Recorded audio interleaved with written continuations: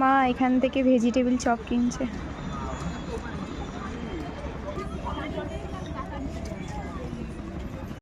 আমার কোনো অভ্যেস আমার মায়ের সাথে মেলেনি, কিন্তু একটা মিলে গেছে, আমরা বেশিক্ষণ শুধু মুখে বসে থাকতে পারি না। নাহলে এইটা, নাহলে একটু কুরকুরে, এইটা আমার মায়ের মতন পুরো মিলেছে আমার।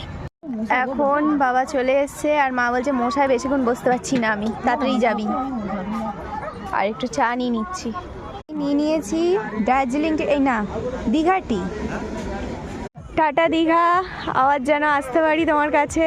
কালকে তো আর ব্যাগ গোছানো আছে, সমুদ্র পাড়ে আসতে পারবো না, সত্যি মনটা খুব খারাপ। মা বলছে আরে বাড়িতে চ, তারপর তো আবার ব্যাগ গোছাবি, আবার আসবি, নতুন আবার আনন্দ হবে। দিয়ে দিদার জন্য আমরা ব্যাগ নিয়ে নিয়েছি।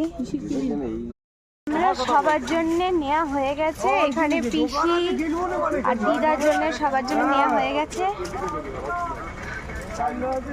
মা নিজের জন্য কিছু নেয়নি, কিছু নেবে না, আগের বাড়ি যখন আসবে তখন।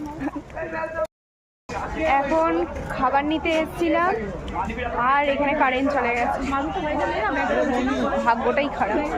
চারদিকে শুধু অন্ধকার আর অন্ধকার, আর এই হোটেলের লাইটগুলো এগুলো জেনারেটর দিয়ে চলছে। এখন রাতের খাবার নিতে চলে এসেছিলাম আমরা আমন্ত্রণে, আর এসেই কারেন্ট চলে গেছে। এরা জেনারেটরের ব্যবস্থা করছে এখন। ফাইনালি কিন্তু কারেন্ট এসে গেছে, আর আমরা বসেও পড়েছি, আর আমাদের রুটি এই যে তৈরি হচ্ছে। নিউ দীঘায় সব থেকে ভালো খাবার যদি হয়ে থাকে সেটা হচ্ছে আমন্ত্রণ, আর ওইদিকে রয়েছে রামকৃষ্ণ। রামকৃষ্ণ না আমাকে চাটনি কম দিয়েছে, ওই জন্য ওখানে ছেড়ে আমি আমন্ত্রণে এসেছি।